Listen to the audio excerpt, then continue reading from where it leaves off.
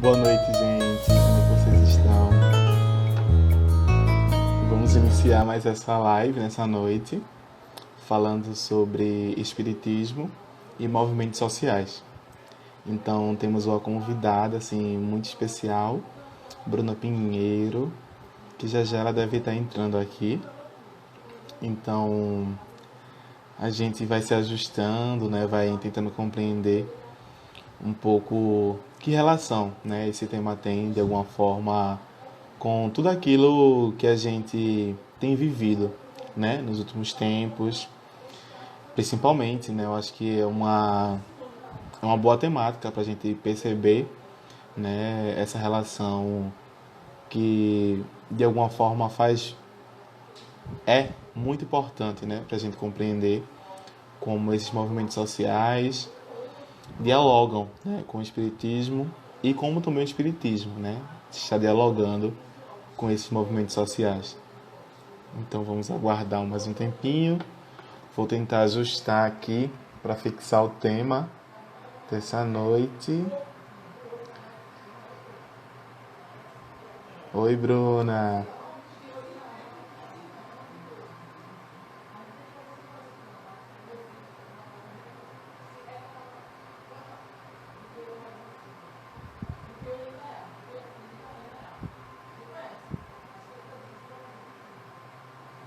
Maravilhosa, já está aí.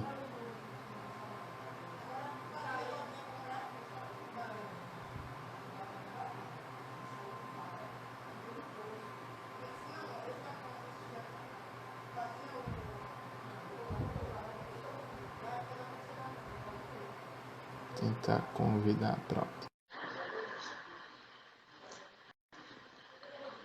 Pronto, já te convidei, Bruna. Olha aí, olha ela. Muito que bela, muito que bem.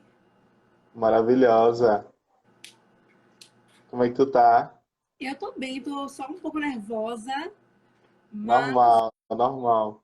sempre, né? Vai ser um estudo bastante importante, vai ser um diálogo muito bacana. Foram algumas Com noites de certeza. estudo para construir uma linha de raciocínio e eu acho que vai ser bem bacana compartilhar com Com você, com a certeza vai Emília, ser com sim. todo mundo que está assistindo, que vai assistir Com no caso. certeza. É, vamos aguardar, né, mais um tempinho para ver como as pessoas estão chegando.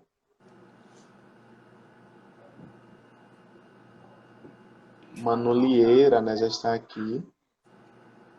Maravilhosa. Bota jogar um filtro. Gostaste? Vamos adicionar. Deixa eu tentar aqui também. Vamos botar. Eu gostei Olha desse, é aí. bem boneca. Eu sou horrível com isso, juro. Ah, agora eu tô vendo aqui. Ah, sim. Ah, eu gosto desse aqui, ó.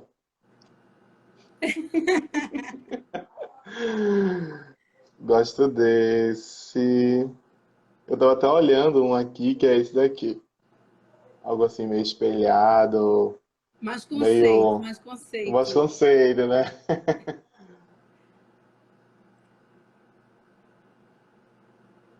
Ó, Manu falou que quer contemplar essa construção, com toda certeza vai, com toda certeza. A gente Venha-se vai embora, passear, venha-se embora.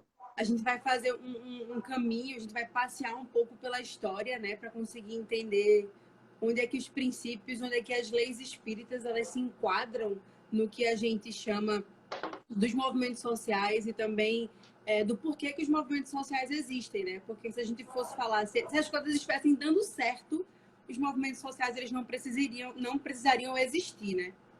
Só existe movimento social porque existem desigualdades, né? Mas a gente vai construir esse pensamento ao longo da nossa noite e eu acho que vai ser muito bacana. Estou com Com algumas cer- filas aqui separadas, alguns textos, alguns livros, porque foi estudo, viu? sempre são assim, pertinentes, né? Eu estou tentando abrir aqui também no computador para conseguir ver, né, assim, as mensagens de vocês. E daí também a gente já adianta, né, que muito da nossa fala, né, a gente pode estar aí modelando, né, pode estar tentando contemplar também essas perguntas que vocês vão trazendo, né, colocações.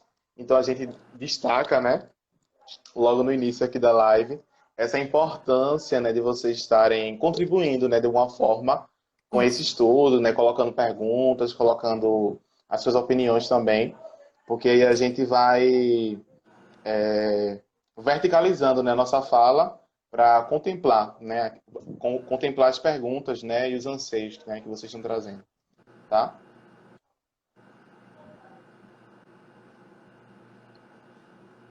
Vamos só 5 minutinhos passou, vamos esperar mais um tempinho, só para as pessoas irem chegando, irem se aclimatizando, né, com esse momento. E aí, antes que a gente comece a falar sobre isso, eu acho que esse estudo, ele é um estudo pautado em questionamentos. A gente precisa se questionar diante de muitas coisas para conseguir falar sobre isso, né? E eu só consegui planejar os meus estudos sobre o tema porque eu me questionei sobre os movimentos, né? Sobre qual era a posição do espiritismo, sobre o porquê de não existir tantos posicionamentos espíritas dentro da política, dentro da sociedade, assim como estrutura, leis. E aí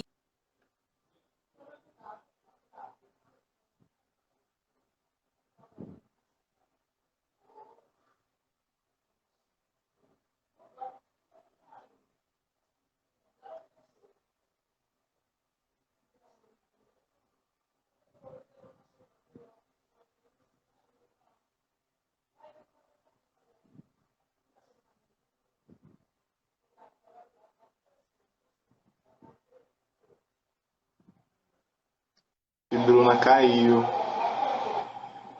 mas vamos lá, né?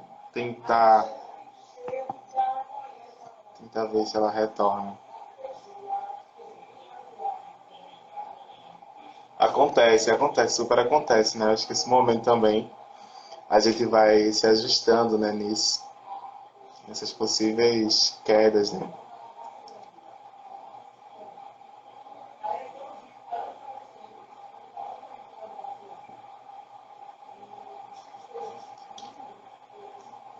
Pronto, voltou.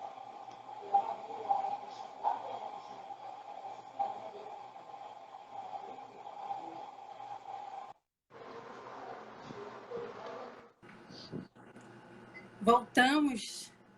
Pronto, de volta.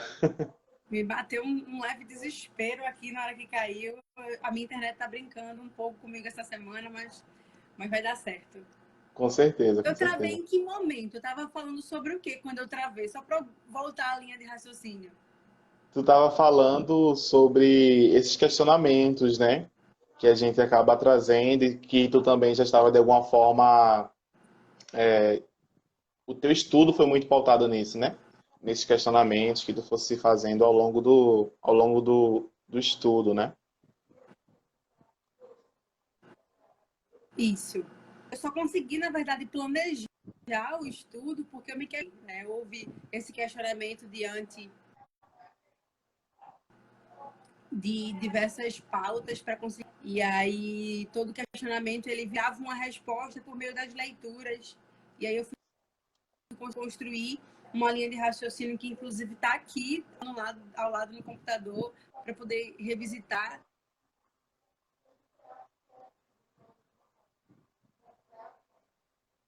e não fugir muito, né?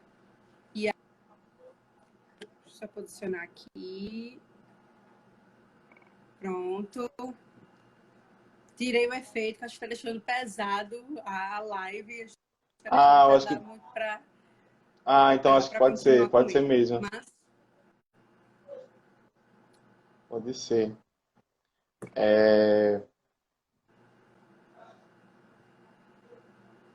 Vamos lá, eu vou começar com uma prece, tá certo?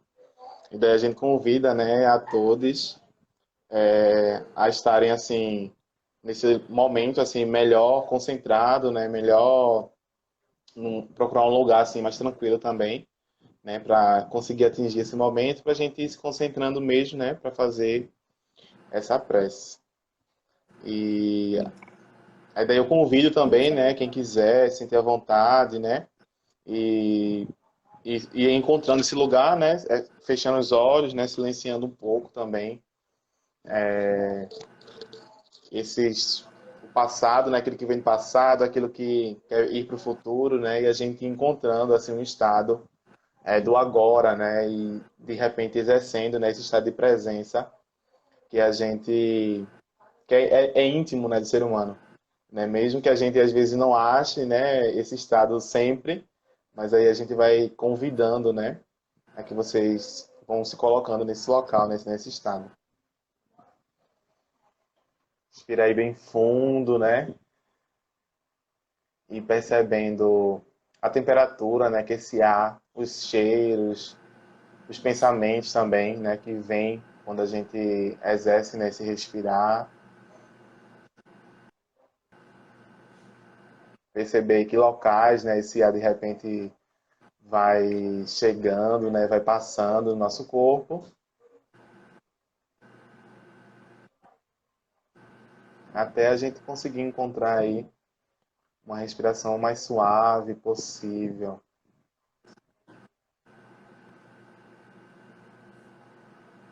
Senhor Deus, de infinita bondade, nós te agradecemos por estarmos aqui unidos e reunidos em teu santo nome. Que esse momento possa ser um momento muito esclarecedor, possa ser um momento que a gente possa criar, né, novas dúvidas, levar essas dúvidas para dentro, né, de nós, da nossa casa, do nosso fazer, né, do nosso pensar e também do nosso agir. Que possamos, de alguma forma, encontrar, né, esse caminho de conforto e de, ao mesmo tempo, de desconforto, né, para conseguir entender esse tema que nos é tão importante no momento que a gente está vivendo, né, nos últimos anos, principalmente, em especial nesses últimos dias, né, que a gente está passando, que a humanidade como um todo tem passado.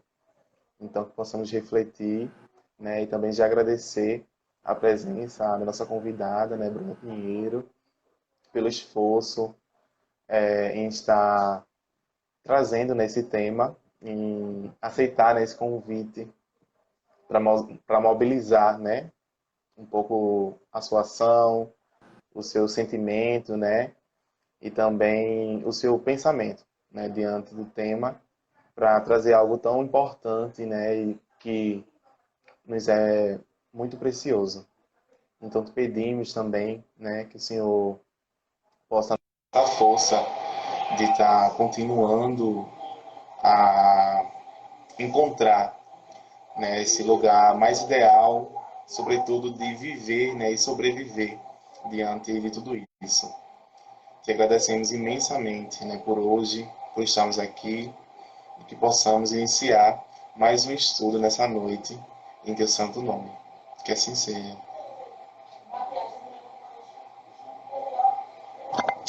Acho que Bruna caiu novamente, mas vamos ver como ela consegue retornar. Tudo bem com vocês, gente? Temos aqui Reinaldo, Judaju, Cacanóbrega, Dani Pereira também está aqui. Bem-vindos.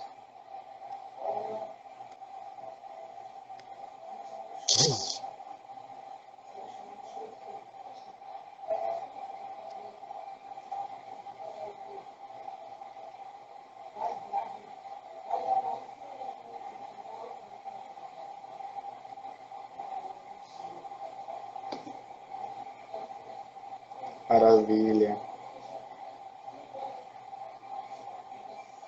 É Jonathan Tell, né?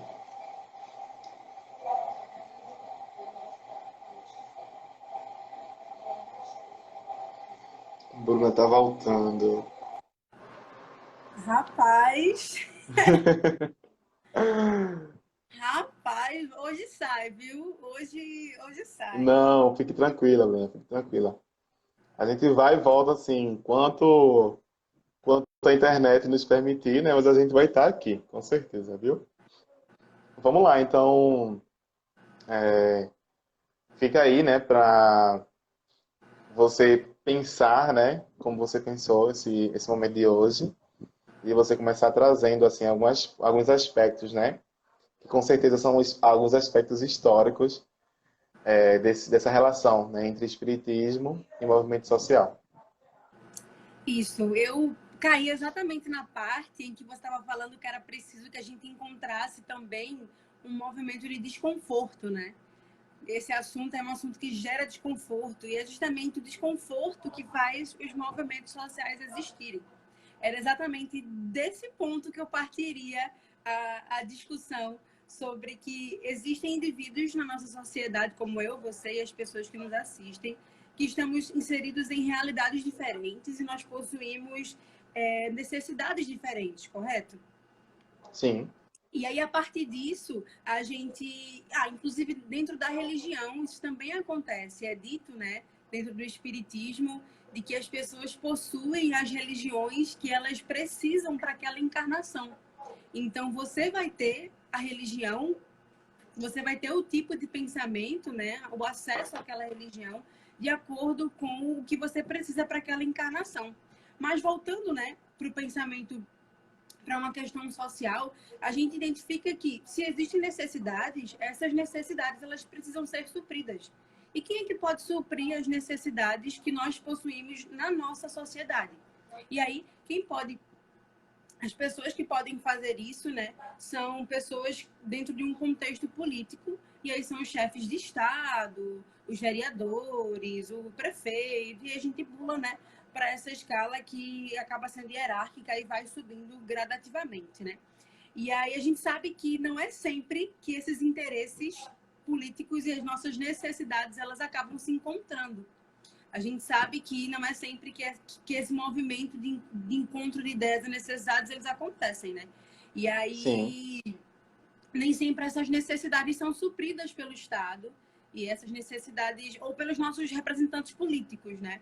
E aí a partir desse conflito entre necessidades e necessidades não atendidas que gera o desconforto, né?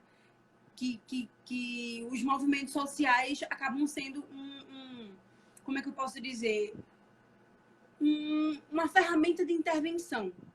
Os movimentos sociais eles são uma ferramenta de intervenção diante dessas necessidades que não são atendidas. E aí, quando a gente começa a falar sobre por que essas necessidades não são atendidas, a gente sai desse campo social e a gente começa a falar sobre espiritismo. Porque aí a gente já começa a falar sobre a ambição humana, a gente já começa a falar sobre o egoísmo, a gente já pula para o porquê, né? Se são pessoas que tomam essas decisões, existem aí alguém lá na assistencial Matilde falou, normalmente o governo não faz a sua parte. E quem é o governo? Quem compõe? Não é que aquela estrutura não faça a sua parte, é que as pessoas que compõem essa estrutura não fazem a sua parte. E aí não é que sobra para as ONGs, é que as ONGs também entram com um movimento de intervenção diante daquilo que nos falta. E nos falta porque o nosso planeta, né, o o nosso planeta Terra ele está passando por essa transição e hoje nós somos um planeta de provas e expiações e aí não tem como a gente viver um planeta feliz tendo o nome de provas e expiações, né? Nós temos momentos de felicidade, nós temos momentos extremamente positivos, mas nós precisamos passar por essas provas e por essas expiações para conseguir evoluir, né? Para conseguir resgatar algumas coisas que fizemos no passado. Inclusive, trarei alguns nomes históricos nesse processo de resgate, do porquê que as coisas aconteceram. Então, passear por esse tipo de pensamento ajuda muito a gente a entender a realidade que a gente tem hoje, né? E aí, quando a gente fala sobre movimentos sociais, não existem apenas movimentos sociais de um cunho só. São diversos movimentos. E aí existem os movimentos sociais que são os movimentos de esquerda, existem os movimentos de direita. E aí todos eles pedem por algum tipo de intervenção. E essas intervenções são motivadas por necessidades que são básicas ou por necessidades que que eles prefiram, e enfim. Não quero me relacionar de fato com esses dois, não quero polêmicas, não vamos criar polêmicas, não é mesmo? Com certeza. Aí, quando a gente fala também sobre isso, a gente identifica de que existem espíritas na casa espírita que posicionam-se de forma religiosa sobre o assunto, mas não se posicionam de forma política sobre o assunto. Isso é um ponto também que a gente depois vai tocar, né, no porquê que isso acontece e tudo mais. Meu filho, o Evangelho tem dizendo tudo.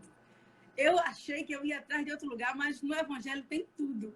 E aí, quando a gente vai falar, de fato, sobre esses movimentos sociais e a gente relaciona eles com a desigualdade, a gente identifica que só existem movimentos sociais porque existe desigualdade, né? E são desigualdades, assim, desigualdades sociais, desigualdades econômicas, de representação, acabam sendo muitas. E essas desigualdades, elas são um reflexo do nosso Estado moderno, que é pautado por interesses pessoais.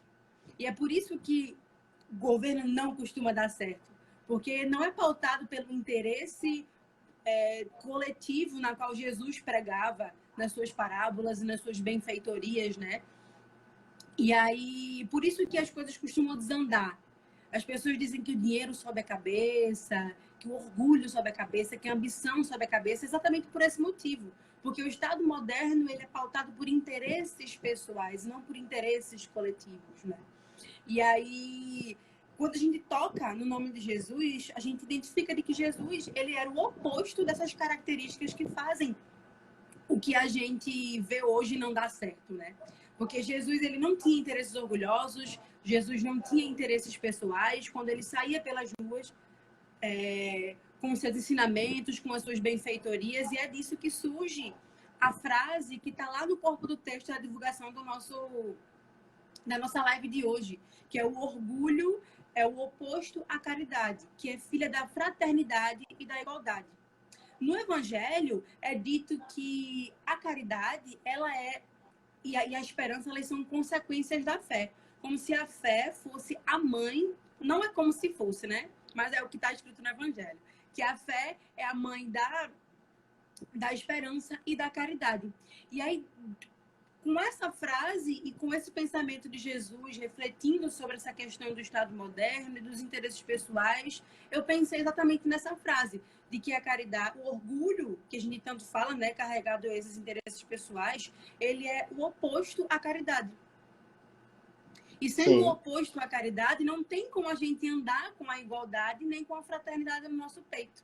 E aí eu queria começar a nossa reflexão, para dar gás mesmo na reflexão, perguntando para vocês, por que Jesus foi assassinado? Qual foi o motivo de Jesus ter sido assassinado? Por que Jesus foi morto, né? Quem matou Jesus? O porquê que isso aconteceu? E aí, enquanto vocês vão respondendo, né, enquanto vocês vão pensando sobre isso, a gente precisa refletir não o ambiente religioso da época. A gente precisa refletir sobre o ambiente político da época. A gente precisa refletir e entender essa parte desse momento, né, com a história. Porque a história, ela faz a gente não repetir, faz a gente entender, interpretar e conseguir botar cada coisinha no seu lugar.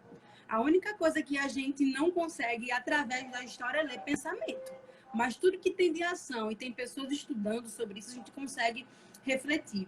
E aí, quando a gente parte disso sobre Jesus, por que Jesus foi morto, por que Jesus foi assassinado, o que foi que ele fez? E aí, a maioria das pessoas na qual eu perguntei respondia assim: Jesus foi morto por aquele que disse que tinha lavado as mãos, né? E aí, até pode ter sido, mas o buraco é muito mais embaixo. A gente precisa do auxílio da história para conseguir entender o campo religioso. E é por isso que o espiritismo é tão fascinante, porque o espiritismo, ele não é só religião. Ele também é ciência e também é filosofia. E foi por isso que eu consegui traçar esse estudo com filósofos não espíritas, com cientistas não espíritas, com historiadores não espíritas, para a gente conseguir entender, né? Quem foi que Eu acho que aceitou? algo, Bruna, eu acho que algo assim bem interessante, né? E que eu fico pensando assim no sentido daquilo de novo, né, que Jesus de alguma forma trouxe, né, para a humanidade, né, e para a época, tu fala, né, sobre essa questão dessas ideias de coletividade, né, diferente da ideia Isso. das escolhas, né, das opções individuais. E daí eu fico pensando, poxa, assim, até hoje, né, a gente consegue ainda ver assim uma série de pessoas, né, ainda com esse espírito de uma época muito antiga, né, que é esse espírito da individualidade em detrimento, né, da coletividade. Inclusive, quando a gente vai olhar também para os movimentos, né, ainda dentro do espiritismo, né, a gente vê algumas pessoas também com alguns movimentos que são muito individuais, né, em detrimento do coletivo. E daí eu acho que é um grande paralelo, né, quando a gente está pensando nessas ideias mesmo, e como de alguma forma é uma mudança de paradigma, né, vamos dizer assim, porque a gente vive nesse momento de achar que tudo está em função do indivíduo, né, do individual e não do coletivo, né? E daí a gente acaba se equivocando, né? Principalmente quando a gente está pensando dentro de uma esfera assim cristã, por exemplo, né, das pessoas que seguem Cristo, ainda existem pessoas que pensam muito individual, né? A gente inclusive vai ter assim movimentos nesse sentido, né?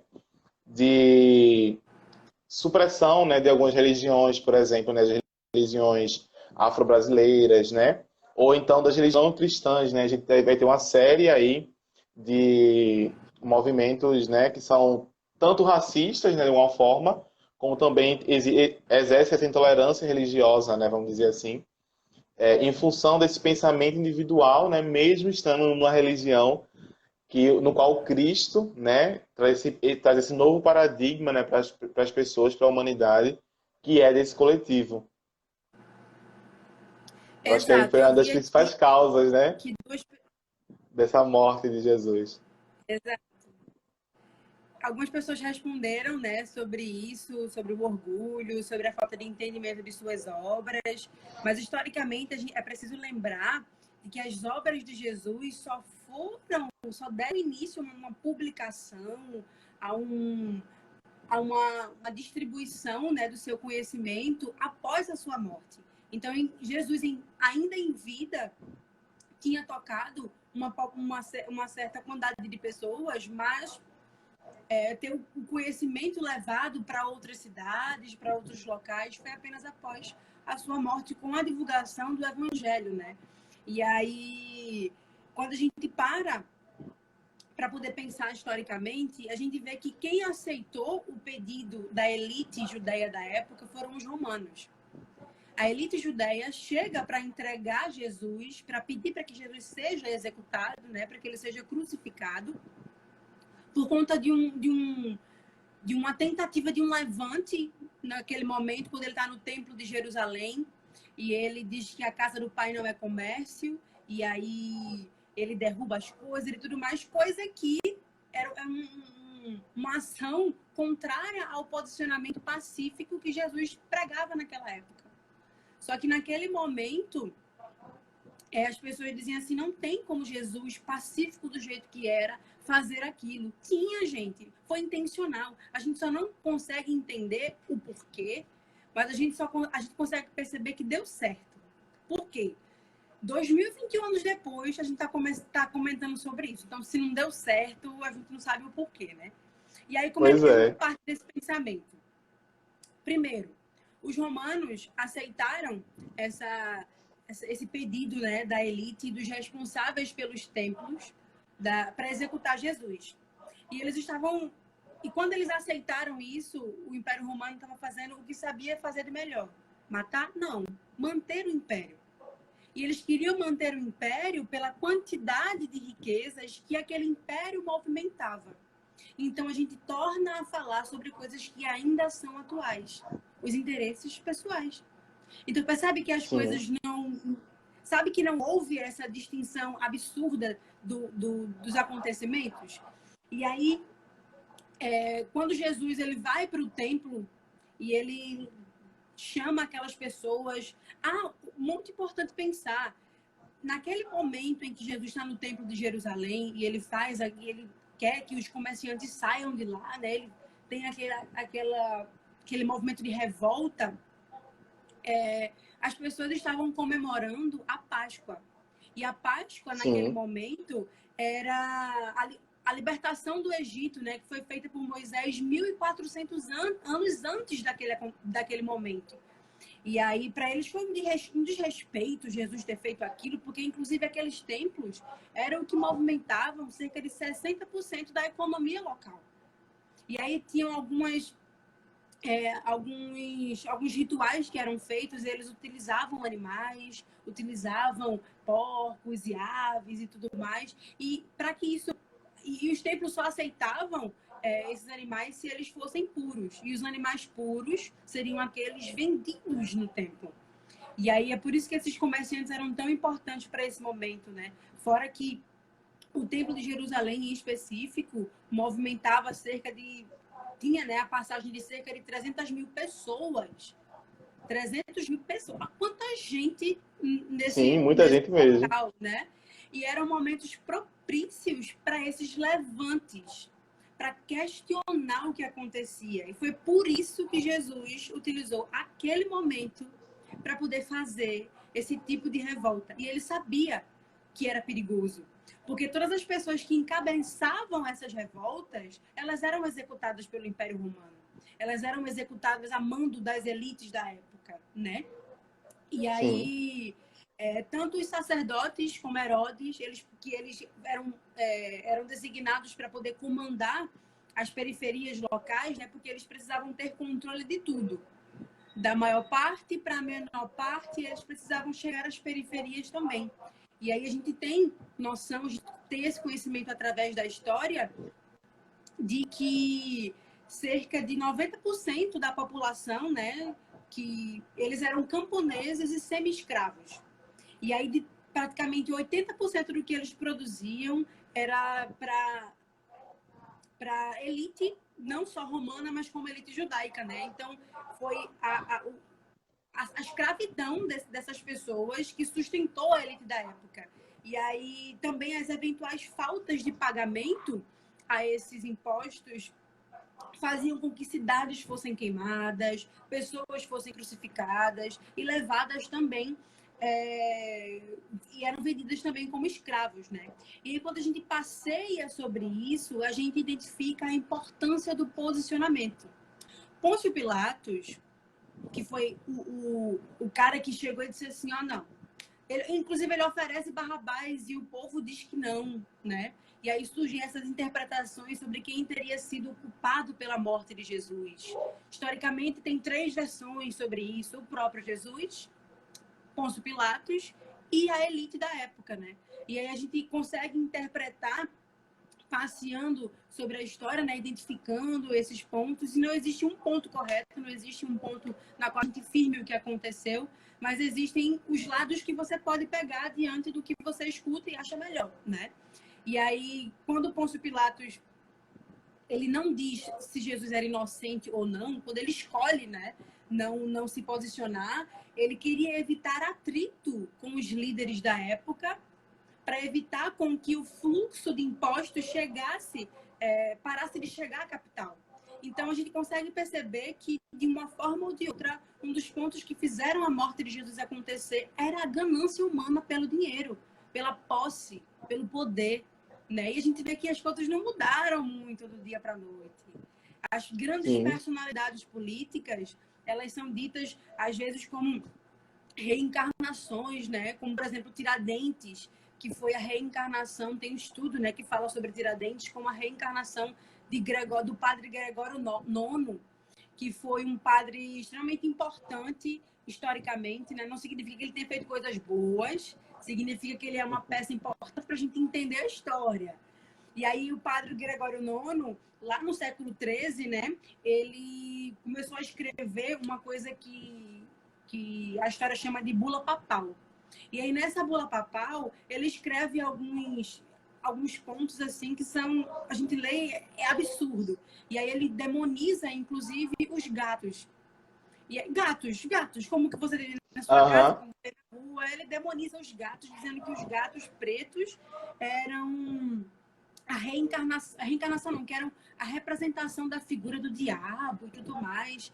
E aí Gregório escreve isso na bula papal e a consequência disso a gente vê até hoje, porque tem gente que nem gato preto gosta de olhar. Porque a história vai passando e as pessoas em algum momento deixam de entender o porquê, mas entendem e sentem as consequências daquilo, né? Mas quando eu estiver falando sobre os movimentos sociais do Brasil de antigamente, eu vou voltar para esse Papa Gregório. E aí, quando a gente volta para falar sobre Jesus, a gente identifica de que Jesus morreu, ele foi assassinado porque ele se posicionou. Jesus, ele mostrou o que ele pensava. Ele sabia que era perigoso, porque Jesus pregava a igualdade, Jesus pregava a ajuda mútua, Jesus pregava a distribuição de bens, porque aquele acúmulo, aquela lambança de que as pessoas preferiam naquela época, né, em relação a uma lambança ornamentária, era uma coisa absurda. E aí Jesus ia contra tudo isso. E quando ele faz essa revolta, quando ele faz, né, esse acontecimento histórico no Templo de Jerusalém, ele ativa e ele desafia as grandes mentes da época, ele desafia os grandes poderes da época, e é como a gente falou, né? A história não tem como desvendar o que Jesus pensava, a história não tem como desvendar o que se passava na cabeça dele, mas a história tem como comprovar que, diante desse tempo todinho, uma coisa a gente pode dizer foi que deu certo. Então, o que quer que seja que ele estava pensando, deu certo. E aí, existem algumas interpretações sobre o Jesus diante da sua execução. Tem a interpretação de João, que é um Jesus pacífico, que espera os soldados chegarem, porque Judas foi dizer que ele estava por lá e tudo mais, mas também tem a interpretação de Marcos, que é um Jesus que se apavora e ajoelha e aí diz a famosa frase: Pai, afasta de mim esse cálice, que naquele momento seria a dor, né? E aí dizem que a resposta de Deus para ele naquele momento seria de que ele não poderia fugir das provas na qual ele estava designado a cumprir.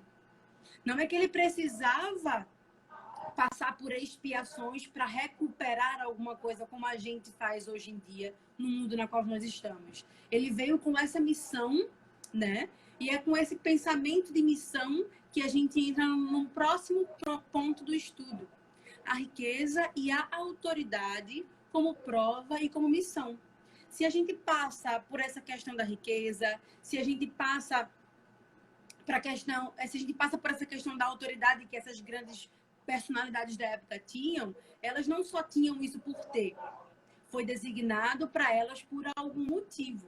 E aí a gente fala sobre isso, a gente vê sobre isso no Evangelho. No capítulo 17, tem alguns textos, né? E é o texto 9 que fala sobre isso. E ele se refere aos espíritos superiores e aos espíritos inferiores. Minha irmã entrou, oi! E aos espíritos inferiores. E aí, quando a gente fala sobre essa questão de espíritos superiores e inferiores, a gente não fala sobre uma questão de quem está mais elevado ou quem está menos elevado. A gente fala sobre uma questão de responsabilidade. Existem os espíritos superiores, dito nessa questão, né? A gente pode interpretar isso dessa forma, que são aqueles que possuem a possibilidade de mandar, seja como chefe de Estado, seja como dono de empresa, pessoas que possuem, de alguma forma, aquele poder, né, de você mandar em algo. E esse algo geralmente são pessoas, né? Você tem a possibilidade de mandar nessas pessoas. E aí, os inferiores seriam as pessoas que recebem esse tipo de ordem, que recebem essas ordens e possuem as suas vidas diretamente afetadas por essas ordens. E aí, perdão, a gente já consegue perceber que se tem quem mande e quem precisa obedecer, nós possuímos aí questionamentos diferentes, e dentro do Evangelho diz, inclusive, eu vou até pegar aqui para não errar nas palavras, nessa parte do Evangelho é dito que Deus perguntará aos ricos, né, a seguinte coisa: o que fizeram da riqueza aqui em suas mãos deveria ser uma fonte espalhando fecundidade ao seu redor. Se a gente identifica a riqueza também como uma prova, não significa dizer que ser rico é difícil. Ser rico não é difícil. Sim. Agora, a prova diante do que você precisa cumprir, tendo aquela posse, é algo difícil. Porque a maioria das pessoas, elas entram num processo, elas entram num jogo de ambição que dificulta elas, muitas vezes, de verem as coisas boas que elas podem fazer com aquilo que possuem, né? E aí vai ser perguntado, não a essas pessoas ricas, mas sim a essas pessoas que receberam algum tipo de autoridade, e ele fala exatamente isso. Pessoas que receberam algum tipo de autoridade. E essa autoridade, ela pode ser tanto autoridades que a gente pode identificar como os chefes de Estado, né? Que são pessoas que tomam decisões que afetam um grande número de pessoas, né? Um grande número populacional, ou pessoas que são donos de empresa, chefes, ou pessoas que lidam com grupos. A gente pode trazer isso para um número reduzido também. E aí é perguntado o seguinte: o que fizeram da autoridade que lhes foi concebida? Ou seja, o que você fez com essa autoridade? Você só mandou e só resolveu acariciar os seus caprichos orgulhosos? Ou você fez de fato algo bom, né? E aí são 3 perguntas dentro de uma só. E aí ele continua dizendo: que mal impediram? Ou seja, olha a importância, olha o tamanho da importância de uma autoridade dentro das leis sociais para impedir mal, né? Então, por exemplo, refletindo diante da pandemia, com essa quantidade de vacina que a gente precisa ter, que mal vocês impediram, né? E aí ele finaliza dizendo o seguinte: que progresso promoveram? Toda autoridade precisa promover um progresso, senão não tem sentido. Se não há Bruna, progresso nessa... Pode falar. fica à vontade, conclua. Pode Dá um falar, tempo para botou você distância beber aqui água. agora. Vê só, eu fiquei pensando assim, né, quando tu falaste, dessa questão das pessoas que têm poder, a gente entender um pouco isso das pessoas que têm algum privilégio, né, vamos dizer assim, né? Porque de alguma forma elas têm um poder, né, diante de alguma outra pessoa que não é privilegiada, né? E daí a gente tem Isso. uma série, né, de privilégios, né, quando a gente vai pensar, né, por exemplo, na diversidade, né, que a gente chegou, né, nos desafios, né, que a gente tem, por exemplo, enquanto humanidade hoje. Então, eu acho que a gente pode sim, né, se questionar a partir dessas 3 perguntas, né? Que é até algo que eu acho muito interessante e também precioso a gente repassar novamente, né, a gente relembrar, né, que nem sempre não fazer o mal quer dizer que você não está fazendo mal, né? Então, você deixar de fazer o mal não quer dizer que você está fazendo o bem, por exemplo, né? Isso. Então, a gente precisa refletir um pouco isso, né, a partir dessa pergunta, né? Que você trouxe, essas 3 perguntas, né? Que seria exatamente como a gente está contribuindo, né, para que aquele meu privilégio, né, aquele meu poder, eu exerça uma benfeitoria, né, para a sociedade, né, como de alguma forma eu tenho contribuído, né, para um progresso. E a terceira pergunta seria A terceira pergunta é: que progresso promoveram, que mal impediram e o que foi de feito com mal a impedir. autoridade concedida. Isso. E daí isso é muito pertinente, né, para a gente pensar, por exemplo, esses privilégios, né, de que cada um, né, sendo homem, né, homem negro, mulher negra, mulher branca, né, mulher negra, como é que esses privilégios, né, estão de alguma forma, como a gente consegue responder, né, essas perguntas diante também dos nossos privilégios, né, em diferentes questões, né, onde a gente está inserido, qual é a posição que a gente tem ocupado, né, diante da sociedade. Até porque, por exemplo, né, tu traz algo assim que me remete muito, né, à educação, mesmo sabendo, né, que você vai de alguma forma versar ainda sobre esse tema, né, mais para frente, como isso se conecta, né, com a educação. Mas assim, quantas pessoas, né, por exemplo, foram educadas ainda a partir desse paradigma, né, da individualidade, né? Quantas pessoas ainda estão vivendo isso, né? E tem isso assim de alguma forma tão enrijecido, né? Não consegue flexibilizar o pensamento que mantém, né, que conserva isso. E daí a gente vai falar um pouco desses movimentos também de conservadorismo, né, que a gente também tem visto, né, enquanto movimentos sociais, né, principalmente da direita, né, da extrema-direita, né, que tu trouxe logo no início. E como também a gente precisa, de alguma forma, né, a partir do momento que a gente percebe que existe algo ali, né, que não tá dialogando, principalmente enquanto a gente espírita, né, que não está dialogando com o nosso fazer, né, espírita, que não está dialogando com esses três pilares, né, que tu falasse do espiritismo, que é a filosofia, a religião, né, e a ciência. Como a gente de alguma forma está olhando para isso, né, e está conservando, né, ou está progredindo, né, já que a gente está pensando também um pouco como isso também está relacionado com as leis de progresso, né, que você já está trazendo, né, de alguma forma nessa facilitação de hoje. E aí, quando tu fala sobre essa questão dos privilégios, a gente pode perceber também que só existem privilégios porque existe a desigualdade, né? Se a gente Sim. vivesse nesse mundo igualitário que Jesus pregava em sua época, e as suas escrituras continuam pregando isso, né? Independente de quais Sim. interpretações possuam, a ideia de Jesus, ninguém pode negar que era da igualdade, né? Do amor ao próximo, dessa distribuição coletiva, dessa distribuição correta dos bens, né?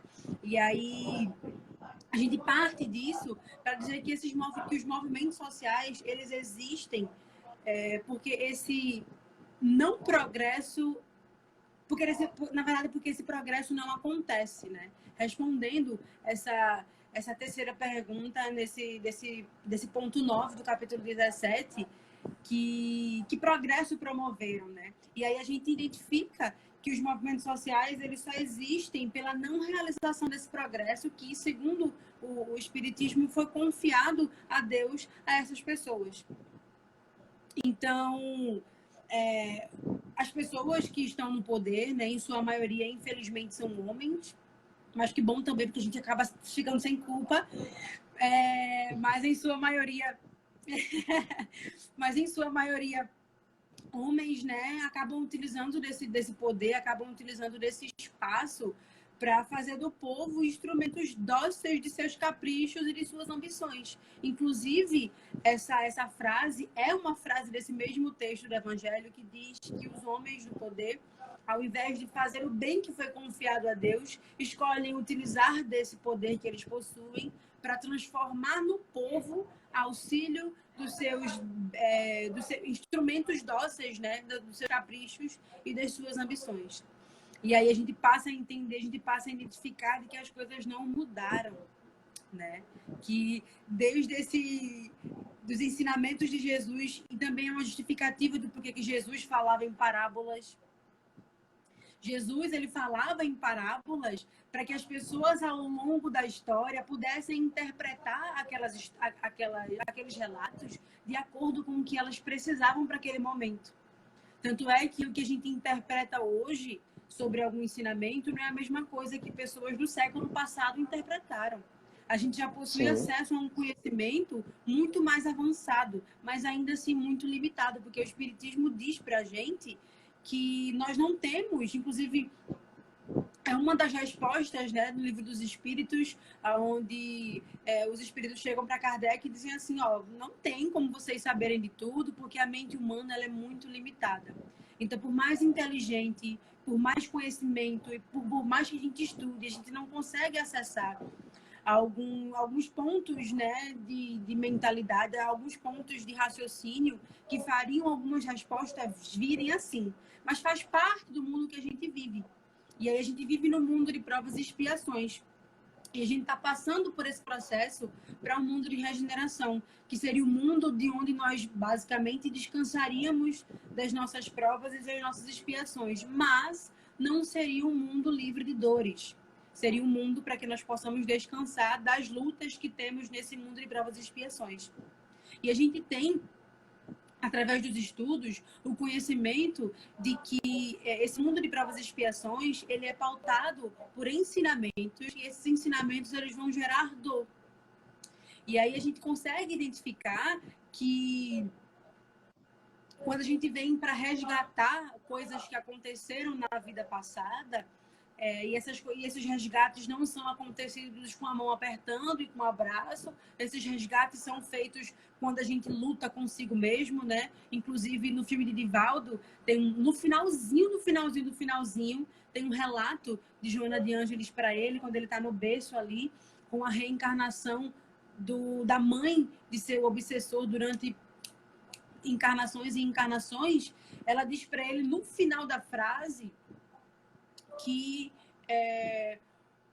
o mal da criatura humana é a própria criatura humana. Então, nós somos os próprios culpados das nossas dificuldades, do que a gente passa. Mas esse não é um discurso para romantizar a pobreza, esse não é um discurso para poder romantizar as dificuldades, esse é um discurso para que a gente possa caminhar para outro tipo de pensamento, que envolve responsabilidade social.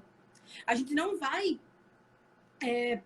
parar para dizer assim que as situações de algumas pessoas que vivem em vulnerabilidade é algo que elas precisam aprender e que Deus... Não, a gente vai falar de forma histórica. Vamos utilizar da ciência, vamos utilizar da filosofia, vamos utilizar do que a gente tem em mãos para poder pautar esses fatos, né? Porque contra a ciência, fatos, assim, acabam que a sua vivência ela pode ser diferente do que a história diz, pode ser diferente do que a ciência diz, mas a gente sempre tem como refletir diante desses pontos, né? E aí a gente completa esse pensamento com a possibilidade de fazer o bem. O espiritismo, eu acho que a gente pode resumir o espiritismo, resumir a vida de um espírita sempre pautada em fazer o bem. E aí, quando a gente fala sobre fazer o bem, a gente fala sobre responsabilidade, né? E quando a gente fala sobre responsabilidade, a gente encara a ideia de caridade, a gente encara a ideia de amar ao próximo, a gente encara a ideia de fechar os olhos para essas diferenças que podem ser cruciais na hora das relações sociais, né? Com quem você escolhe ao seu lado. E aí, novamente, isso não é um discurso para romantizar essas dificuldades, ela é uma oportunidade de aprender, né? Um discurso onde a gente tem a oportunidade de aprender e mostrar o nosso papel de cidadão diante das realidades tristes nas quais nós vivemos. E aí, para começar a caminhar nesse pensamento, eu trago Hannah Arendt, uma importante filósofa do século XX. Ela tem um ensaio lindíssimo, que o ensaio fala sobre... O nome do ensaio, inclusive, é Responsabilidade e Julgamento. E aí ela vai trazer em alguma parte do seu ensaio um pensamento inspirado em Sócrates, que ele diz que na medida em que a gente passa a pensar num diálogo consigo mesmo, a gente se torna 2 em 1. Como assim?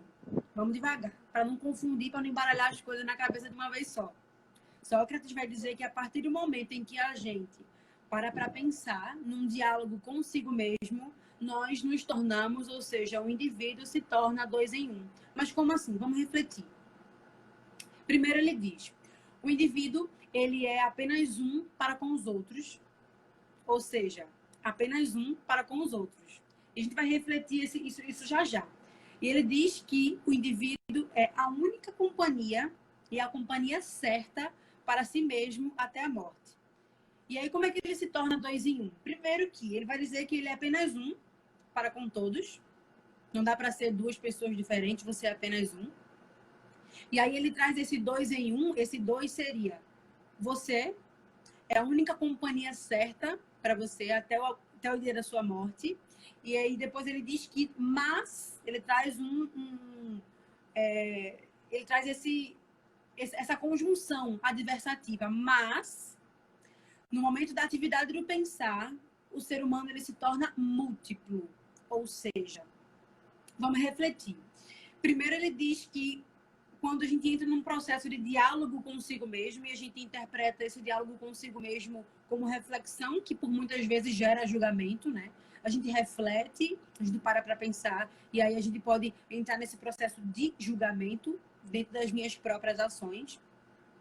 E aí, seja esse julgamento pautado pelo orgulho da não identificação das suas fraquezas e dos seus erros, ou pela humildade de identificar quais pontos precisam melhorar.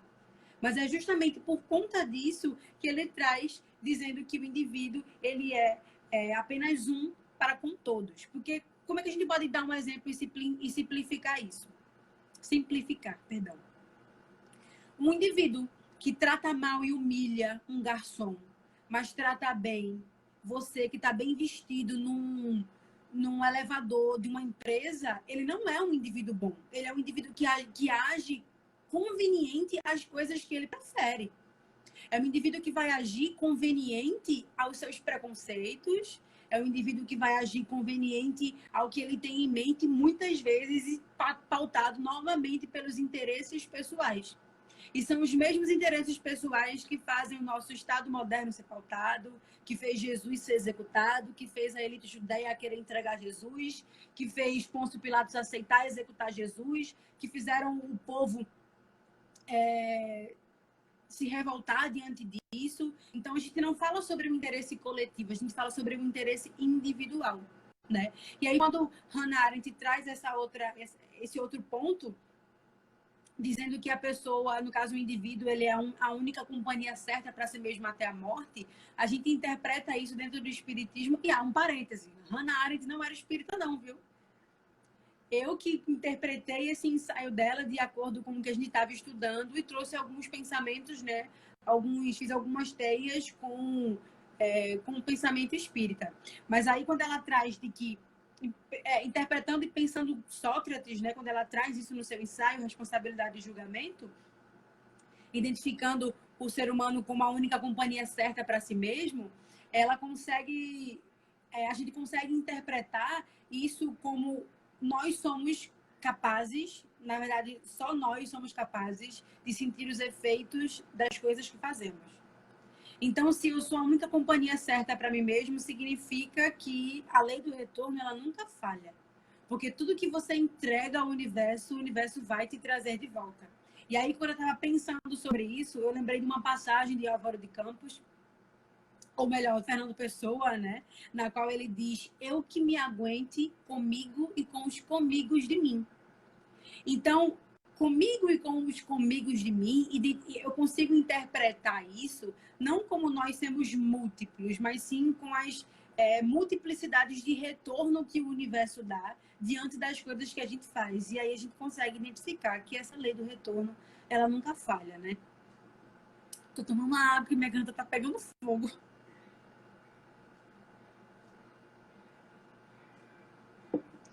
E aí, pode falar, Pedro. Tá mudo. Tá sem som. Agora, e aí a gente pode até pensar, né, por exemplo, quanto, né, quanto a gente tem refletido, né, nesse sentido, de primeiro saber como lidar, né? Eu acho que existe ainda para saber lidar consigo mesmo, né, de primeiro olhar para dentro, né, assim, você de uma forma se ater, né, ter essa atenção, né, a si, né? Então a gente vê assim uma grande quantidade de pessoas que simplesmente, né, já estão ali agindo, né, de alguma forma até muito mecânica no seu fazer, né? Cresce lá, aprende a ser daquele jeito e vai, né, meio que mecânico, né? E não para, né, para esse olhar e para saber assim como é que eu me reconheço diante disso, né? Como é que eu me coloco diante da sociedade, por exemplo, né? Então, eu acho que também existe esse ponto, né, para a gente conseguir pensar, né, um pouco dessas pessoas, né, que de repente não têm pensado, né, não têm se colocado a pensar sobre si mesma, né, vamos dizer assim. É pensado dentro dessa responsabilidade, né? E aí, antes de falar sobre essa questão de responsabilidade, que Hannah Arendt também traz no seu ensaio, ela começa a falar um pouco mais para frente e até cita Napoleão, ou seja, a história está pautada em tudo. Ela começa a trazer isso, mas antes eu consegui identificar um ponto no Evangelho na qual a gente sempre vê falando nos estudos, ou até no centro mesmo, quando a gente está crescendo, a gente vai tendo aquelas aulas, e aí em algum momento vai surgir a frase aqui muito foi dado, muito será cobrado, né? E a gente pode identificar isso não só em questão dos bens, em questão da riqueza, que infelizmente é o que tem movido essas decisões dentro dessa nossa linha histórica, né? Mas também a questão do conhecimento. Quem muito conhece, nada faz com aquilo, muito será cobrado por nada ter feito. E aí tem uma parte que Jesus ele fala num texto do Evangelho, que é: se fossem cegos, não teriam pecados. E aí Jesus não para falar que se nós fôssemos de fato cegos, a gente precisa interpretar essa frase, né? A gente precisa interpretar o porquê disso ter sido falado, e é por isso que acontecem tantas confusões entre religiões, até mesmo religiões cristãs e suas interpretações, porque cada um quer ter a razão de interpretar algo e ninguém tem razão de nada, né? A gente não pode querer dizer que possui aquele conhecimento se quem teve não agia dessa forma. E aí Jesus ele vai dizer com essa frase de que a culpa direta dos nossos pecados, que a culpa direta das coisas que a gente vem resgatando é exatamente o conhecimento que a gente possui e as coisas que a gente sabe que são certas e a gente não faz.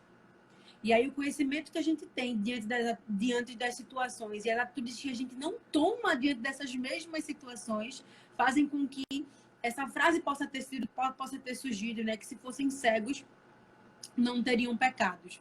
E aí, a gente, voltando para a história, né? Por exemplo, os fariseus. Os fariseus, naquela sociedade, eles eram os que mais tinham conhecimento. Eles eram os que mais sabiam. E aí, passando sobre isso, a gente identifica de que, aos olhos de Deus, eles seriam mais culpados do que outras pessoas. Mas não significa que não exista a culpa. Alguém que sabe que é errado e faz, tem uma culpa. Alguém que não sabe que é errado e mesmo assim faz, vai ter uma culpa diferente. Porque o conhecimento que a gente tem dentro daquilo faz o peso da nossa prova acontecer, né? E aí a gente pode voltar para aquele ponto no qual você falou sobre quem não faz o mal também não está fazendo o bem, né? Inclusive tem algumas frases que a gente pode lembrar, algumas personalidades muito importantes dentro do próprio meio espírita, para que a gente possa lembrar sobre esse ponto. E aí eu anotei outra coisa que dizia assim: se a gente parte desse pensamento e a gente sabe que deixar de fazer o bem, sabendo que poderia ter feito algo, ou seja, faz a gente entrar, voltando para Hannah Arendt, faz a gente entrar num diálogo silencioso consigo mesmo, que vai gerar esse processo de reflexão e de julgamento. Então, quando a gente monta essa teia de pensamentos, quando a gente monta essa estrutura de pensamento, a gente tenta sempre ligar um ponto a outro e não jogar isso de forma avulsa. E aí, para finalizar esse tópico do nosso estudo, eu anotei algo que é dito nas Instruções dos Espíritos, no capítulo 18, lá do nosso Evangelho. É o texto 15, é repleto de instruções, né? Ele vai dizer o seguinte: vejam pelo Espírito, entendam pela alma e não interpretem de maneira tão grosseira as palavras de Jesus. Para entender e interpretar as palavras de Jesus, a gente precisa saber quem era Jesus. A gente precisa não só sentir, mas identificar a personalidade marcante de Jesus. E aí, ele completa dizendo o seguinte: não é Deus quem retira daqueles que receberam pouco. São os próprios homens que, esbanjadores e descuidados, não sabem conservar o que possuem. Não sabem aumentar, pelo esforço do seu trabalho, a dádiva que receberam em seus corações. E aí, a dádiva que receberam em seus corações, né, a gente pode interpretar isso também como o conhecimento que é dado. E quando a gente fala sobre esse processo de reflexão que vai gerar julgamento, né, um julgamento interno, uma reflexão interna, eu entro naquele ponto que eu falei que tocaria, na verdade, nesse ensaio de Hannah Arendt, quando ela fala sobre responsabilidade coletiva. E aí eu também identifico os movimentos sociais como uma responsabilidade coletiva. Porque os movimentos sociais, eles são pautados e construídos por pessoas que possuem interesses iguais ou parecidos diante de alguma falta, né? Diante de alguma necessidade. E Até, aí, até as ONGs também, né, Bruna? Eu acho que tem muito desse anseio, desse né, espírito, por né? Uhum, dessa sim, corresponsabilidade, né, de você sentir né, de você se sentir corresponsável com isso. o outro de alguma forma. E daí, quando a gente está falando desse outro, né, a gente vai ter aí uma série de movimentos, né, de ONGs, que não está apenas pautando, né, sobre as humanidades, né? Mas a gente também vai ter as ONGs que vai pautar sobre o ambiente, né, sobre o meio ambiente, Sobre os sobre o animais, direito, assim, isso, né, sobre o direito dos animais, né? E daí essas questões de poluição também, né, que de alguma forma se relaciona, né, com as questões humanas, mas não só, né? E aí eu me lembro de algo que a gente até eu estava estudando, né, há pouco tempo, se a gente for entender a história, né, a história da vida na Terra, né, se a gente for colocar no relógio, o último segundo, né, surgiu, nos últimos segundos, né, do dia, surgiu o ser humano. Então a gente tem aí muito pouco tempo, né, muito pouco tempo desse surgimento na Terra, né, desse aparecimento enquanto vida na Terra. E daí a gente acaba se colocando, né, como esse ser superior, né? E daí quando a gente vai fazer alguns recortes, né, por exemplo, social, né, o homem branco está no topo dessa pirâmide, vamos dizer assim, né, de achar que tudo está em função dele, né? E daí a gente só tenta assim relembrar, né, só tenta trazer esse ponto para a gente perceber que esses movimentos sociais de alguma forma, né, estão trazendo essa atenção, né, trazendo novamente para que a gente possa se ater, né, a essa diversidade que de alguma forma toca na humanidade, né, mas não só, né, porque a gente não está nesse topo dessa cadeia, né, vamos dizer assim, né, o mundo surgiu há tanto tempo, né, e outras vidas surgiram há tanto tempo, porque nós, né, seres isso. humanos, estaríamos nesse centro, né, e daí a gente retoma para essa questão do individual e para um conceito que eu até acho bem interessante, né, que é o do egocentrismo, né, esse ego humano, né, sendo o centro de tudo, que é em Sim, detrimento do total. ecocentrismo, né? Que aí é um outro conceito, né, quando esse eco, né, quando esse ambiente também está nesse centro. Isso, total. E você pode perceber que todos esses pensamentos, eles criam, né, eles criam pontos para outros pensamentos que sempre vão pautar esses interesses pessoais que, infelizmente, o nosso plano tá girando em torno, né? E aí, quando a gente vai falar, já é 8h30 já, misericórdia, tá vendo como o tempo passa rápido? Olhei pra cá, chegou, me assustei. Eu tava pensando nisso mesmo, né? Meu Deus do céu, como o tempo Chegou, me passou rápido. assustei. Eu escrevi praticamente um artigo, né? Deu 9 páginas o que eu escrevi. Então, quem tiver acesso, quem tiver interesse em ter acesso a essa linha de raciocínio que eu tive, praticamente uma intuição que eu comecei. Eu sentei, fui-me embora escrevendo. Quem quiser ter acesso a isso, eu posso enviar. Vocês mandem aqui na, na DM do Mocidade o e-mail de vocês, que eu mando esse arquivo para vocês, para que vocês possam ter acesso também de uma forma mais compacta, né, a esse conhecimento. Mas aí, voltando a falar, né, sobre essa questão de responsabilidade e de culpa, Hannah Arendt ela vai fazer nesse ensaio dela justamente a diferenciação entre responsabilidade e culpa.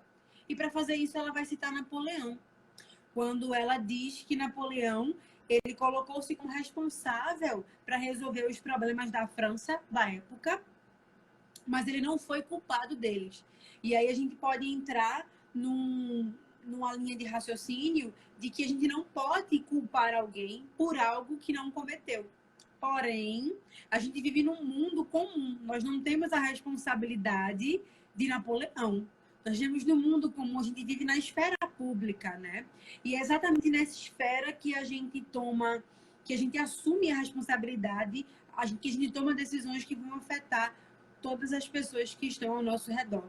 Eu gosto muito de uma música que ela diz assim que as eleições acontecem todos os dias, nas nossas atitudes. E que a gente precisa votar certo todos os dias, né? E aí, quando a gente fala sobre isso, quando a gente fala sobre esse pensamento de igualdade que evitaria muitos dos problemas na qual nós temos, a gente entra num ponto da história que fala sobre violação ao direito. Se a gente fala sobre igualdade, se a gente fala sobre movimentos sociais, a gente também vai falar, infelizmente, sobre a violação do direito, né? E aí, para isso, a gente reflete um pouco mais acima do mapa, a gente vai lá para o Texas, nos Estados Unidos, e aí lá na década de 50, de 60, era proibido, por lei, o casamento interracial. E aí, isso vai totalmente contra a ideia de igualdade que era pautado a República, né? E aí a gente pode dizer que se a gente tem os argumentos da República sobre a igualdade, mas ao mesmo tempo nós criamos leis que vão contra essa igualdade, é a mesma coisa que dizer que nós não estamos seguindo a nossa Constituição, vamos dizer assim.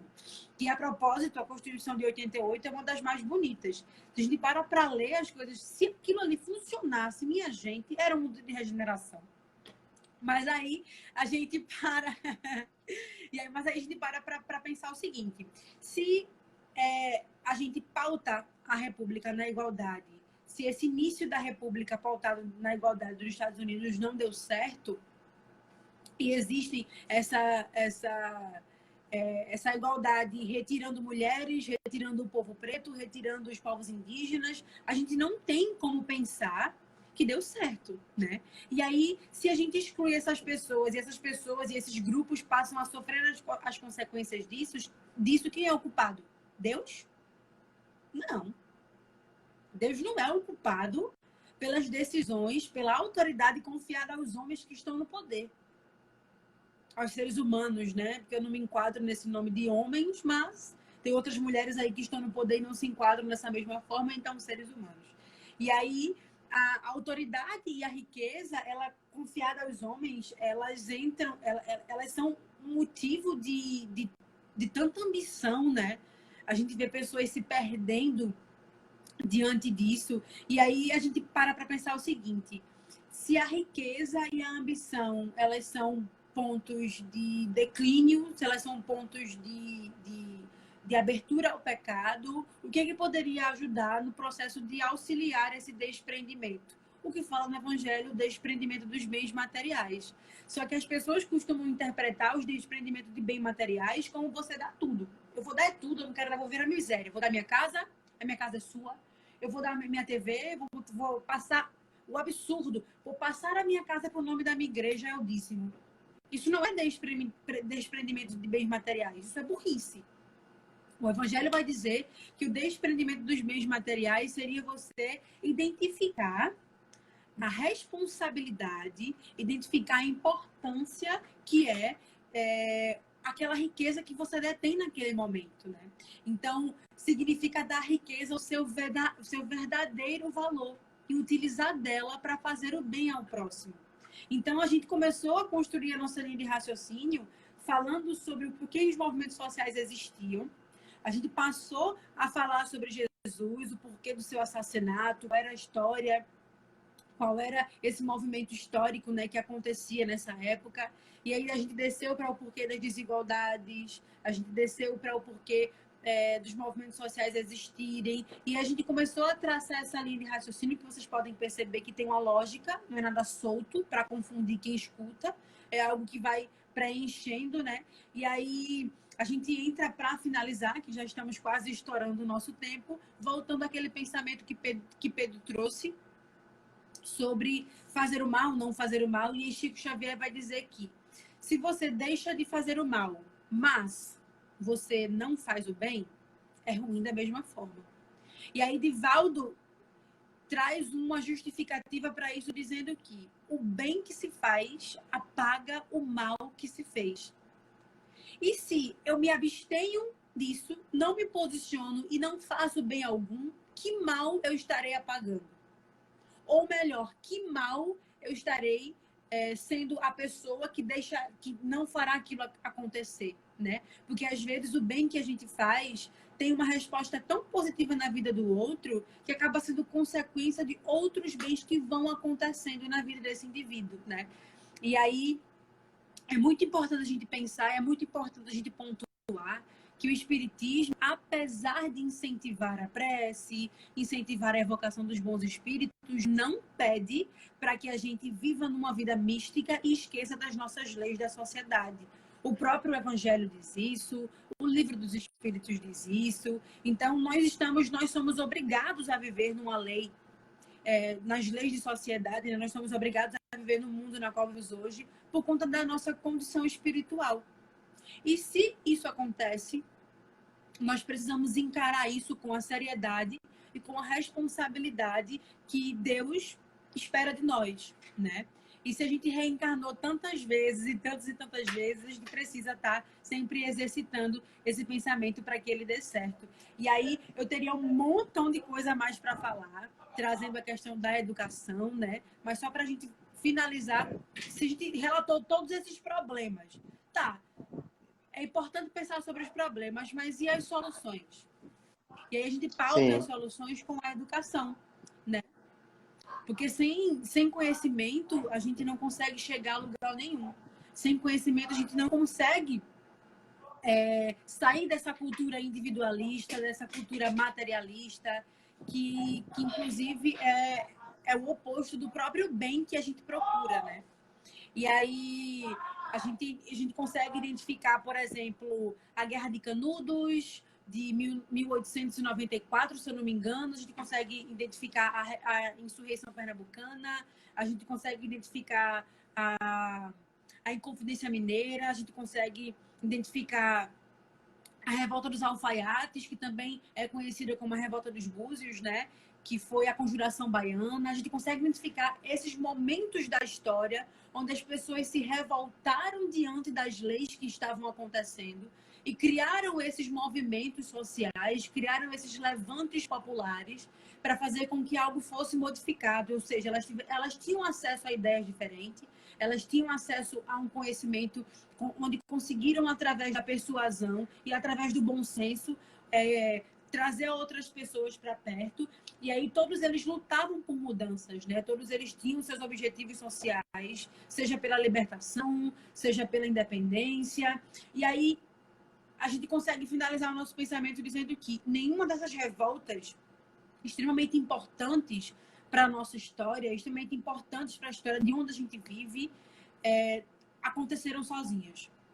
Ninguém sozinho conseguiu fazer isso. E aí eu finalizo a minha fala com um questionamento, né? Eu finalizo a minha fala perguntando o seguinte: qual é a revolução que você precisa fazer para que uma mudança aconteça? Não precisa ser uma revolução gigantesca, mas qual é a revolução que o seu coração acende? Quais são as ações, que você precisa tomar para que algo de bom aconteça, para que uma revolução aconteça e para que esses resultados possam aparecer na sua vida e na vida dos outros, né? Vamos pensar na responsabilidade que nós temos diante do que foi nos confiado. Vamos pensar também no que a gente escolheu. Não vamos colocar a culpa na divindade, não, porque a culpa dessa perdição humana é a própria criatura humana, né? Então a gente não pode querer colocar a culpa, porque é errante, nós somos extremamente errantes quando a gente insiste em querer colocar a culpa em Deus, a gente quer colocar a culpa em várias personalidades, né? Quando na verdade a gente pode trazer essa culpa para dentro de si. E aí sim começar uma revolução interna, essa mudança interna que a gente tanto precisa, né? Passamos 3 minutos do nosso horário. A gente ainda tem uns 10 minutinhos, assim, de tempo. A gente geralmente tem acabado às 9, assim, com tudo, né? Mas eu acho que ainda dá um tempinho para você falar como essa educação, né? Como essa educação, assim, tem tanta importância, né? E também é tão preciosa para a gente entender, né? Esse movimento social, né, entender o nosso lugar, né, enquanto seres também políticos, né, então, enquanto seres também sociais, Isso. vivendo no mundo e sendo também espírita, né, porque é algo bastante pertinente, né, para gente entender, se colocar nesse lugar de espírita e também se colocar nesse lugar das pessoas que estão em sociedade. E daí tu Isso. trouxe esse ponto muito importante, né, para a gente pensar é, que a gente precisa estar em sociedade, né? Então a gente, para evoluir, né, para crescer, a gente não cresce individual, né? A gente cresce Isso. né? A gente cresce com o outro. Então, eu acho que é muito importante a gente destacar, né, isso, né, e que esse isolamento não seria, né, não seria um caminho para a nossa evolução, né? Então, se a gente se coloca como outro, né, mesmo a gente vivendo hoje um isolamento, né, por necessidades de saúde mesmo, É, o a gente princípio é ainda diferente. pode, a gente ainda pode também se conectar, né, com os outros, né? Então a gente pode se conectar, inclusive, com a nossa aldeia, né? Que essas pessoas que estão mais próximas do nosso entorno, né? Como a gente se conecta também com essas diferentes pessoas que estão no nosso entorno, né? E daí, assim, inclusive através com a rede social, né? Como as mídias sociais, a tecnologia, por exemplo, também pode ser um Sim. bom caminho, né? Para a gente se conectar em sociedade, para a gente ainda continuar, né? Sendo aquilo que a gente continuar lutando, né? Inclusive, né? Por essa igualdade, né? Social, por exemplo. E daí a gente deixa assim, né, só para a gente pensar, refletir um pouco nesse aspecto. E daí você tem ainda mais uns 10 minutinhos, né, para falar sobre A essa sua, preciosidade na educação. a sua fala me lembrou uma parte do estudo onde, enquanto eu escrevia, me veio na cabeça dizendo que eu poderia ser a resposta. Exatamente isso, meu cachorro completou o pensamento. Que eu poderia ser a resposta da oração de alguém. E aí a gente traz esse pensamento muito forte, esse pensamento muito forte diante da responsabilidade que a gente tem com esses papéis que foram nos designados, né, que foram confiados a gente. E aí, quando a gente vai falar sobre a educação, a gente fala sobre essa coletividade, a gente fala, inclusive, sobre a falta de interesses que as pessoas, a maioria jovens, né, pela política. Isso é sistematicamente programado. Essa falta de interesse da massa pela política é proposital, porque sem revolta, sem movimentação, sem pressão aos que estão no poder, nada disso mudaria. Se Jesus não tivesse tomado a posição de enfrentar os movimentos políticos,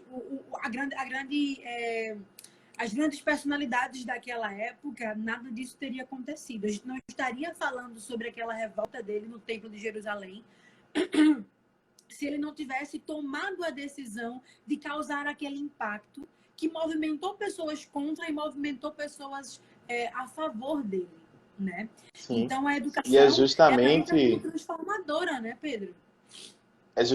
Bruna, isso que tu trouxe, né, desse local de desconforto, né, que até eu acabei de lembrar, assim, né, lá do início a gente começou a falar disso, né, Jesus Sim, se total. sentiu desconfortado, né, se sentiu Isso. incomodado, né? E daí a gente vai tentar entender, por exemplo, né, como a educação, de alguma forma também, ela tem sido construída, né, de forma política para que as pessoas se sintam apáticas, né, à sociedade, né? Então a gente vai fazer inclusive existem algumas desconstruções, né, nesse sentido de se colocar como corresponsável, né, de se colocar dentro de uma sociedade, de dizer que eu faço parte da sociedade, né, eu posso transformar a sociedade e até às vezes, até muitas vezes, né, se coloca-se dentro da educação, né, desse momento de formação inicial, né, do ser humano,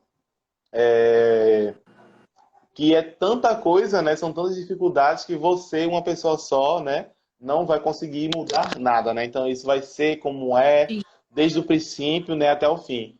E daí é muito importante quando a gente começa a sentir desconforto, né, se incomodar com essas ideias, né, de alguma forma, que são ideias novamente conservadoras, né, e a gente começa a se Sim. colocar em um outro local, que é justamente esse local de desconforto, e agora não só sentir desconforto, né, então nesse campo do sentir, mas como a gente pode pensar, né? Então, depois agir, né? Com esse pensamento, não simplesmente agir sem pensar, né? Isso. Ou apenas pensar e não agir, né? Mas como eu consigo pensar, né? A minha atuação, né? Como eu me entendo, como eu consigo pensar a minha atuação no mundo e como eu, de alguma forma, vou agir na sociedade para então transformar, né? Que é isso que tu está trazendo, que essas são as ideias, né? Do nosso patrão da educação, né? Paulo Freire, que vai falar como a gente, né? As pessoas transformam, sim,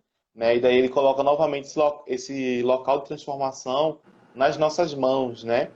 E daí a educação tem esse ponto, né? Como você está trazendo, fundamental, né? Para essa transformação social, né? Quando a gente está pensando nessa educação realmente pautada nessa transformação, né? Porque a gente vai ter aí várias educações, né?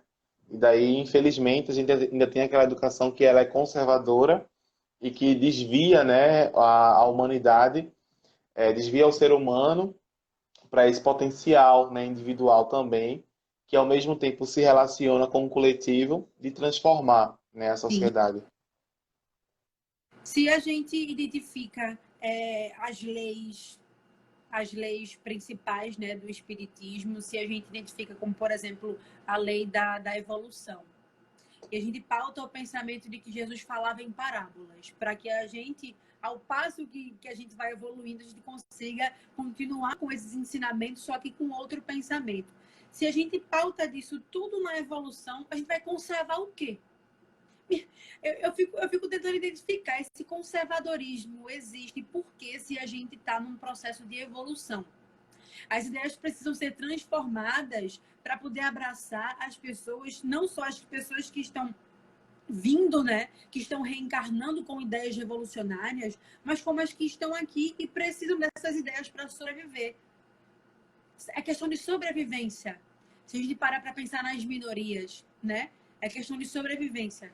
Não é só questão de, vou identificar isso como certo, vou identificar isso como correto. É a comoção que aquilo gera e as consequências dessa comoção que fazem com que as consequências aconteçam.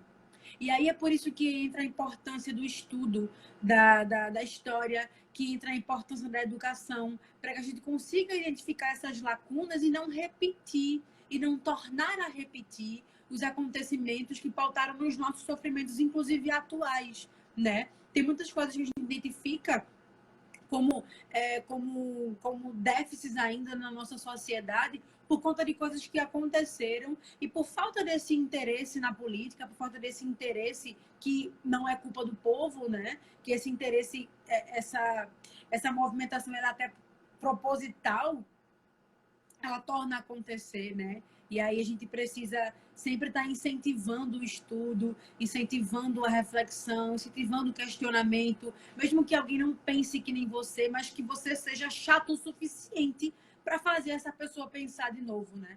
Para fazer essa pessoa refletir sobre aquilo ali, porque quem não pensa não age, ou então, ou pior, não vai pensar sobre, vai agir e as consequências serão muito maiores, né? Exatamente, Pri. Quando educamos, investimos no futuro. Exatamente. Isso mesmo. E daí, Bruno, eu gostaria de trazer aqui, né, que o Lar Assistencial Matilde, né, não sei quem é a pessoa que está por trás das colocações, mas trouxe algo assim bem interessante, né? Vem trazendo algo muito interessante assim ao longo de toda a live, não sei se tu conseguiu acompanhar, Eu mas eu estava fui lendo tentando acompanhar. a pessoa Pronto, falando e eu perfeito. estava indo lendo. E daí ela trouxe o seguinte, né?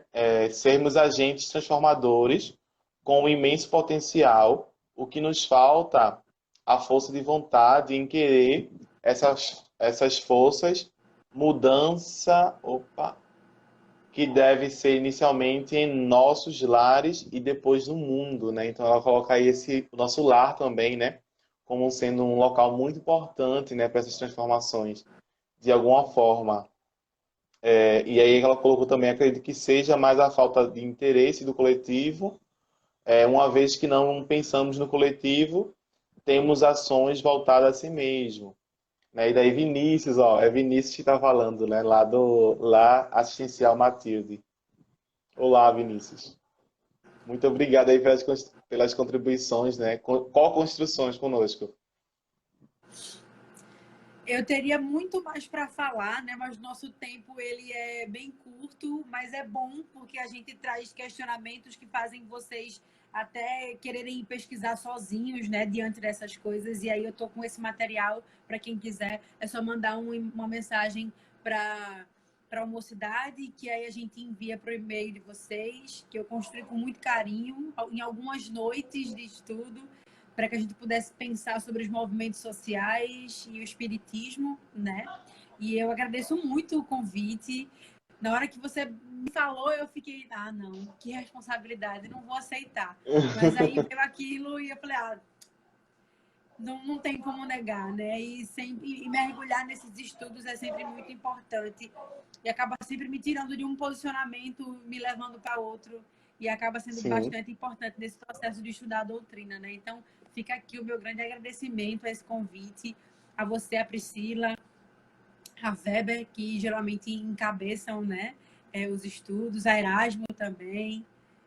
Foi muito gratificante, foi muito bom me questionar e sair de onde eu estava, da minha rotina, né? Então, foi muito sim. bacana. Nós que te agradecemos, Bruno, assim, imensamente, né?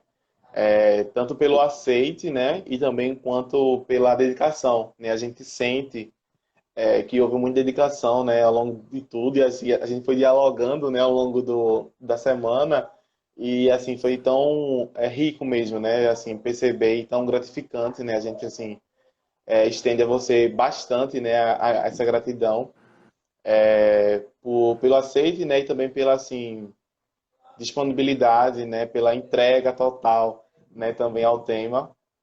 E a gente também acaba agradecendo também assim as demais pessoas, né, que estiveram aqui, né? Tivemos bastante pessoas, né? Tiveram, eu acho que era o Jonathan, né, falou que passaria o tempo todo aqui, né, ele escutando. Realmente é tão lindo, né, de ver você falando assim e se colocando assim de coração, né, os olhos, a gente vê, né, que os olhos brilham quando fala.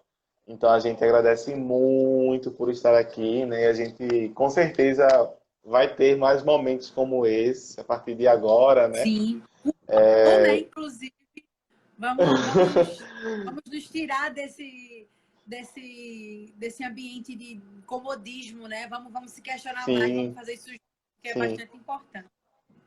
E como é legal também de ver, né? Você percebendo isso, né? Realmente quando a gente acaba estudando, né? Quando a gente sempre dá um pouco de nervosismo, né? Dá um pouco É. de será que eu vou dar conta, né? Mas a gente com certeza, né? Sabe. E quando a gente se entrega, né, a gente consegue sim, né, dar conta. E sim, foi excelente, né? Tu sabe muito bem também reconhecer isso.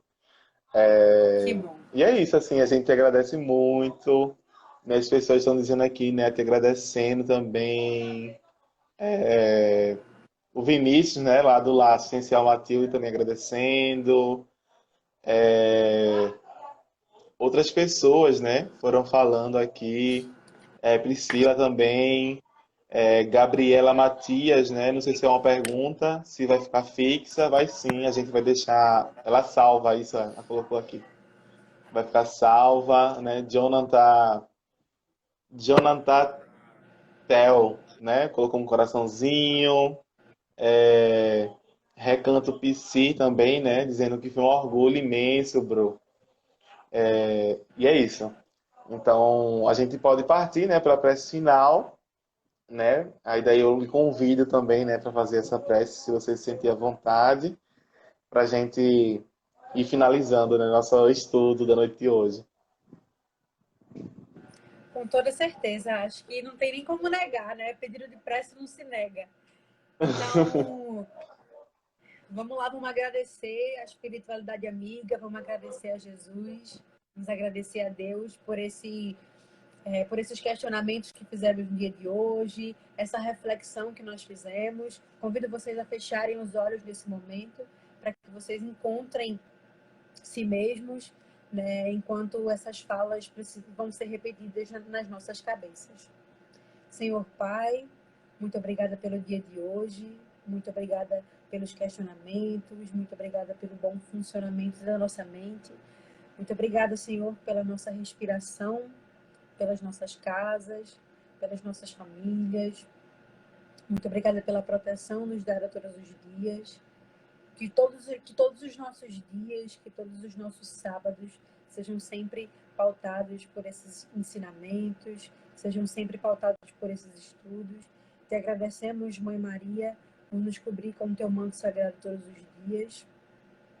Obrigada, espiritualidade amiga, por me confiar a facilitação desse estudo na noite de hoje, que eu espero ter contribuído da melhor forma. Obrigada, meu Deus, por tudo que tem feito, e hoje eu irei me limitar apenas a agradecer.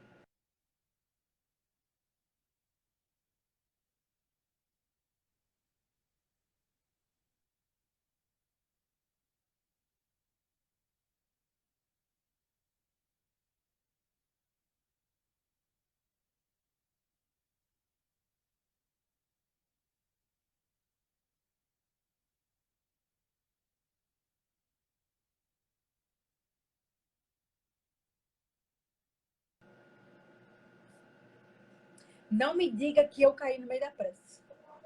Deu uma travadinha, assim, na parte que você ia se limitar a agradecer, Bruna.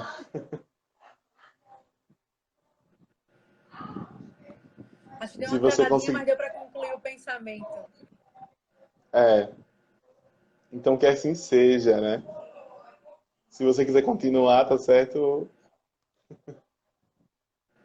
Ó, dizendo aqui nos comentários que sábado que vem o tema será A Doutrina Abraça os Jovens, que vai ser facilitado por Jackson.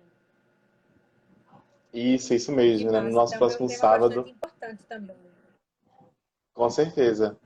E daí já fica o convite, né, para todos vocês a estarem conosco novamente, né, no próximo sábado, nesse mesmo canal aqui, nesse mesmo arroba, né, Mocidade CCPJ, para a gente conversar com o Jackson sobre esse tema, né? A doutrina Abraços Jovens, né, é uma pergunta para a gente já ir fazendo, né, a partir de hoje, e daí a gente também interagindo ao longo da semana, né, com algumas perguntas que vão surgindo lá no Mocidade, e daí a gente já ir se colocando também nesse local, né, de desconforto para entender, né, para refletir aí sobre esse tema, tá certo? Bruna, muito obrigado por tudo. Se tu quiser dar um tchau aí pro pessoal, tuas palavras finais, fica à vontade. Eu agradeço a participação de vocês nos comentários, agradeço a quem entrou, mas precisou sair por algum motivo, ou a quem entrou e não gostou do que estava sendo falado, mas pelo menos ouviu alguma parte.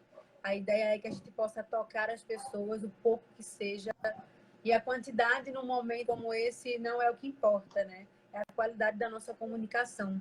Então, se 2 ou 3 pessoas foram tocadas, se 2 ou 3 pessoas conseguiram entender e interpretar essa vibração que a gente tentou passar, isso é o suficiente, né? A gente não quer conquistar multidões, a gente quer que as pessoas que sejam tocadas conquistem multidões junto com a gente. Então, muito obrigada por essa oportunidade, muito obrigada por esse espaço que foi dado, né, tão precioso, e que mais para frente a gente possa ir dividindo esse espaço cada vez mais, estudando bastante sobre a doutrina, né? E, ó, Vinícius, não é palestra, é estudo, é reflexão. Palestras a gente costuma só falar e a gente ouve depois, né? E aqui a gente está questionando junto, participando, a gente está trazendo esses fatos, né? Para conseguir pensar da melhor forma. Oi, Caio! É isso, gente. Então a gente só tem a agradecer também, né, a todos vocês.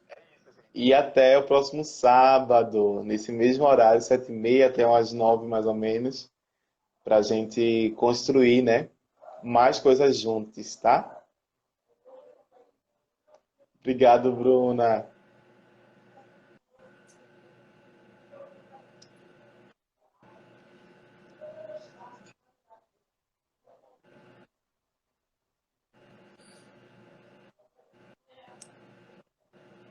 Tchau, tchau, Bruna. Exatamente. Muito obrigada. Boa noite a todo mundo. Boa noite. Tchau, tchau, gente. Cheiro. Fiquem bem. Bebam água. Comam frutas. Vai começar como vegetais. Eu tô tentando sair aqui. Como é que eu faço? Eu acho que é isso. Lá no Tchau, X, Bru. eu acho. É isso mesmo. Tchau, tchau.